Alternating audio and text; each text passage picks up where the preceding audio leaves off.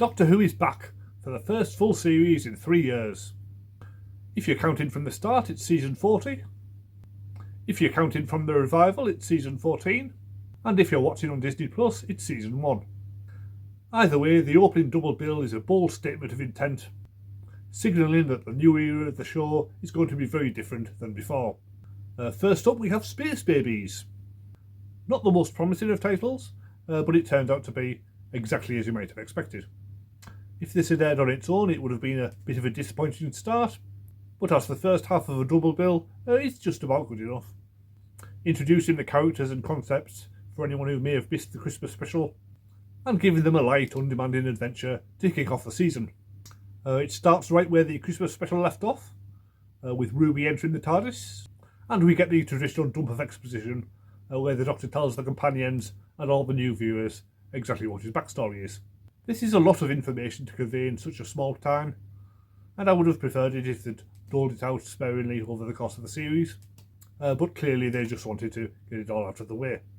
For anyone who skipped the 13th Doctor era, or those of us who weren't really paying attention, guilty, there are some surprises, with the Doctor now identifying as a foundling, and Gallifrey is defined as having been wiped out in a genocide, which I guess is technically what the Master did, but it wasn't really dwelt on at the time.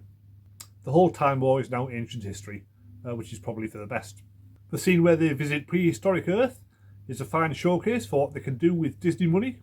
It looks beautiful, and the makeup used to turn Ruby into a lizard is a fine piece of design. It's also genuinely funny, and establishes this version of Ruby as a completely different character in very few lines. Clearly it's intended as a clip to go viral on social media, but it works. Then we get to the actual story, which is strange. I guess you could compare it to Partners in Crime. It's another light-hearted, frothy adventure to open the season and showcase the leads. The worry is that this seems to be aimed at a much younger audience than Doctor Who has ever been targeted at, with cute talking babies and lots of jokes about bodily functions. It's really operating on the same level as the Sarah Jane Adventures, which was definitely targeted at kids. And you can't help wondering if this is Disney's influence, insisting the show be targeted at a younger audience. But hopefully this is just a one-off. On the other hand, some of the scenes with the Poe Man are genuinely scary. He's filmed like an alien in a horror movie, with lots of quick cuts, with slavering teeth and slashing claws, and you never get a really good look at him until the end. Although it doesn't actually harm anyone, there are some tense scenes, which would make it tough viewing for any kids who would enjoy the talking babies. So it's hard to see exactly who this episode is aimed at. But then I don't have kids, so what do I know? Where the episode does succeed is establishing the relationship between the Doctor and Ruby. Ncuti Gatwa and Millie Gibson have a great chemistry, and you can certainly believe in them being instant best friends. They have a similar vibe to David Tennant and Billie Piper, only without the sexual tension. The mystery of Ruby's origins is clearly going to be unravelled throughout the season. Here it's mainly reminding viewers of what they established last time, though the fact that it starts snowing when the Doctor remembers his visit to Ruby Road is an interesting development, and presumably the first of many clues leading towards the finale. So it's not the greatest of first episodes, and I suspect it will go down as the weakest one of the season. At least I very much hope this is as bad as it gets. But it does its job of bringing new viewers up to speed, and there's plenty of decent jokes and fun action sequences to keep things rolling along, so hopefully it won't make too many people switch off before they get to episode 2. Speaking of which, the Devils Chord is a much stronger episode, which is hopefully more in line with the rest of the season. It starts out like a typical celebrity historical, with the companion keen to meet their favourite historical figures, though it may be stretching things a bit to imagine a 20-year-old would have a passion for the Beatles. I do like the Doctor and Ruby adopting period-appropriate looks for each episode. It helps to give each story its own unique look and feel. The scenes with the Beatles do suffer a bit from casting 4 actors who look nothing like the original Beatles. It's a closer match than Isaac Newton last year, but considering they are 4 of the most famous people in history, they could have gone to a bit of effort to cast some lookalikes.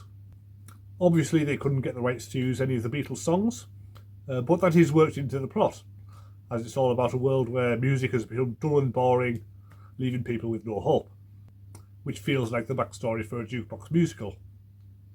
And who knows, maybe the episode will be turned into one someday. There is a sudden switch of location to London, apparently for no reason other than to allow the Doctor to mention that he lived there with Susan in 1963. It is interesting that they go to such lengths to deliberately mention Susan's existence, and it could mean that we're finally getting an overdue return from Carol Ann Ford, possibly playing Ruby's mother. Or it could just be another red herring, like the presence of the actress Susan Twist, who keeps appearing in every episode. The villain of the story is the Maestro, played by Jinx Monsoon, who I was previously unaware of, but is apparently a drag act of some sort. I don't know if their act usually involves impersonating a malevolent elemental creature from another dimension, but they do it very well. Like the Toymaker last year, it's never entirely clear just what the Maestro's powers and abilities actually are, which makes them a very formidable opponent.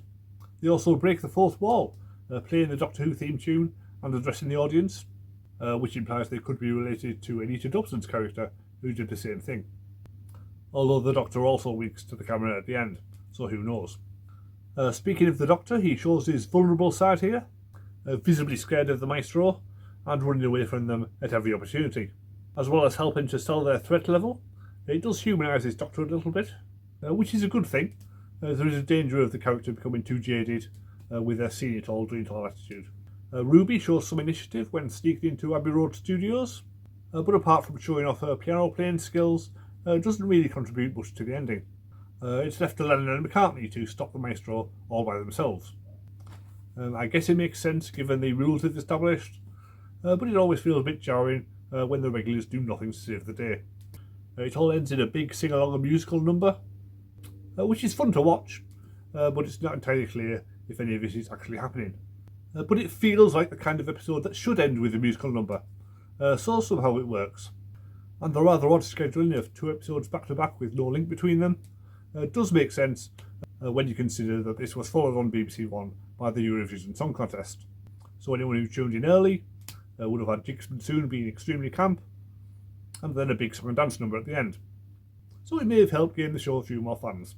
Overall, it's a big colourful explosion of an episode, with great production values and a strong message about the power of creativity. I wouldn't want the show to be like this every week, but it's good that it can be, and it's certainly an improvement on episode 1. So if the standard continues to improve, then I won't be disappointed. Next week, Stephen Moffat's back with Boom. He's one of my favourite Doctor Who writers of all time, so my expectations are very high. So subscribe to this channel to see what I make of it, and I'll see you next time.